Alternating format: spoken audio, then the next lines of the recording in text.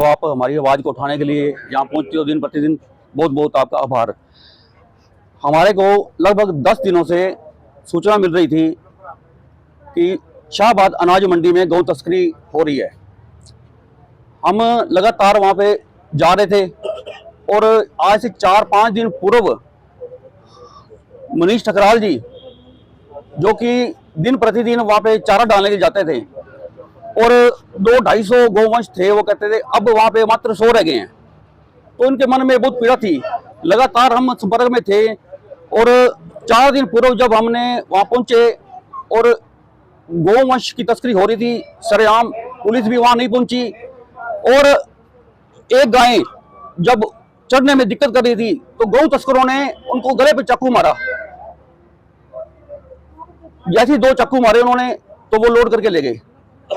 फिर हमारे को परसों रात को सूचना मिली कि दोबारा से गाड़ी आ गई है, गौ तस्कर पहुंच चुके हैं। हमने 112 पे डायल किया, हुड्डा चौकी में फोन किया। जब हम वहां पहुंचे तो 112 की गाड़ी मानो गौ तस्करों की रक्षा के लिए आई हो। वो गौ तस्करों को पकड़ने नहीं आई थी, वो उनकी रक्षा के लिए आई थी, सायरन बजाती हुई आई। हमने कहा भाई साहब आप सायरन तो बंद कर दो, लेकिन उन्होंने सायरन बंद नहीं किया और हमारे को कह रहे हैं कि आप कहाँ हो। मेरे 50 गज की दूरी पे अनाज मंडी में इतनी चौड़ी सड़क, कोई वहां बंदा नहीं है, आप हमारे को देख नहीं रहे। 4 लोग हम खड़े हैं, आप हमें नजर नहीं आ रहे। आप गौ तस्करों के सामने जाके अपनी गाड़ी खड़ी करके सायरन मार रहे हो। तो क्या उसकी और जब देखते देखते वो गौ तस्कर हमारे सामने भाग गए और हमने पुलिस वालों को बोला कि वो देखो वो भाग गए हैं, लेकिन 40-50 की स्पीड पे उन्होंने अपनी गाड़ी भगाई। मात्र 50 की स्पीड हो गई। हमने पंडित राजेश जी ने अपनी एक्टिवा बाइक भगाई तो हम उनकी गाड़ी को ओवरटेक कर गए, पुलिस की गाड़ी को हम ओवरटेक कर गए। जब हमने उनको ये कहा कि आप अपनी गाड़ी तो भगा लो, पंडित जी ने बोला, वो कह रहे ड्राइवर को मारोगे क्या? अरे आपको इतना गाड़ी तेज चलाने से डर लगता है?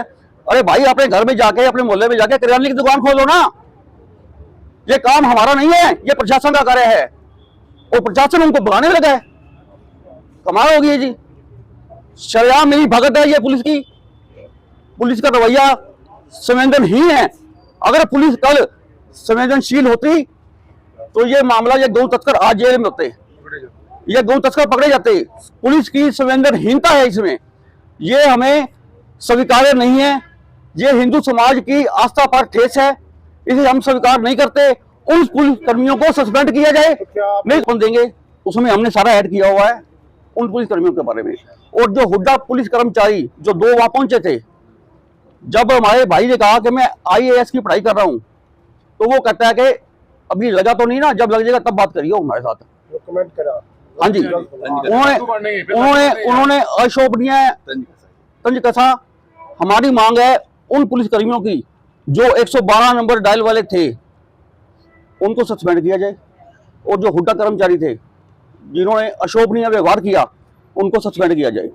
अगर उनको सस्पेंड नहीं किया जाता और गौ तस्करों को पकड़ा जाए, अगर ये सस्पेंड नहीं करते तो हमारी चेतावनी है कि हम पूरे जिले भर से, प्रांत भर से भी अगर हमारे को कार्यकर्ता बुलाने पड़े तो हम रोड जाम करेंगे। मामला ऐसा था जी, हमारे पास सूचना होती है हमारे सेवादार के थ्रू कि कब आ रहे हैं। वो 2 महीने से तस्करी चल रही है, उसकी पुष्टि के लिए वहाँ सेवादार जैसे बिठाए गए तो वहाँ पे ये लगा लो 7-7 112 को कॉल किया गया। जैसे ही वहाँ सेवादार पहुँचते हैं, ये लगा लो इधर से आराम से 10 की स्पीड पे गाड़ी आ रही है और 10 की गाड़ी, जैसी सूचना थी कि वहाँ से बिल्कुल आराम से आ रही थी, बिल्कुल ब्लॉक कर सकते थे, आराम से पकड़ सकते थे। पर पहली बात सायरन बजा के उन्हें भगाया गया। दूसरी बात इतनी कम स्पीड पे थी तो आराम से पकड़े जा सकते थे। फायदा हमारा तो काम ही नहीं है, प्रशासन का काम है। और ऊपर से कह रहे इतनी स्पीड से ज़्यादा चलती नहीं हमारी। हाँ जी, नहीं वो क्या था कि 2 पुलिस वाले उसके बाद में आए जो पीछे बैठे थे ना, उन्होंने कहा कि हम अवेले थोड़ी ना, ऐसे बात बोली। मैं क्या पढ़ाई मैं भी IPS की कर रहा हूँ, ऐसे नहीं काम करते, ऐसी पुलिसिंग नहीं होती है। तो उन्होंने आगे से ऐसे तंज कसा था, जो कि गलत है। और दूसरी बात, हुड्डा चौकी में रात को मेरा सेवादार वहाँ गया, जब वो आए थे वहाँ पे तस्करी वाले, हुड्डा चौकी का दरवाजा ही बंद था रात को, जबकि दरवाजा तो खुला होना चाहिए कम से कम चौकी का। ये भी चीज़ थी वहाँ पे। जो 112 वाले थे वो अलग कर्मचारी थे, तंज वो अलग थे, वो हुड्डा कर्मचारी के थे। शर्मनाक बात है और मैं SP साहब से डिमांड करता हूँ, मांग करता हूँ परसों रात को 2:30 बजे 112 पे जो उस समय ड्यूटी पे थे, जो अनाज मंडी में आए, उनकी जांच करा के उनको खाली सस्पेंड नहीं, जिस प्रकार गौवध हुआ है उनके खिलाफ गौवध की धारा भी लगाई जाए। सच्चाई में दोषी वही लोग हैं जिन्होंने गौ माता के साथ क्या बीता होगा जब चाकू मारकर जो गौ माता ने आवाज निकाली जैसे कह रही हो बचाओ, और सच में कह भी यही रही होगी कि मुझे बचाओ, और उस गौ माता की ऊंची आवाज को सुन के उनको लगा भी लोग और इकट्ठे ना हो जाएं, तो उन्होंने छुरी चलानी शुरू की गौ माता की गर्दन पर।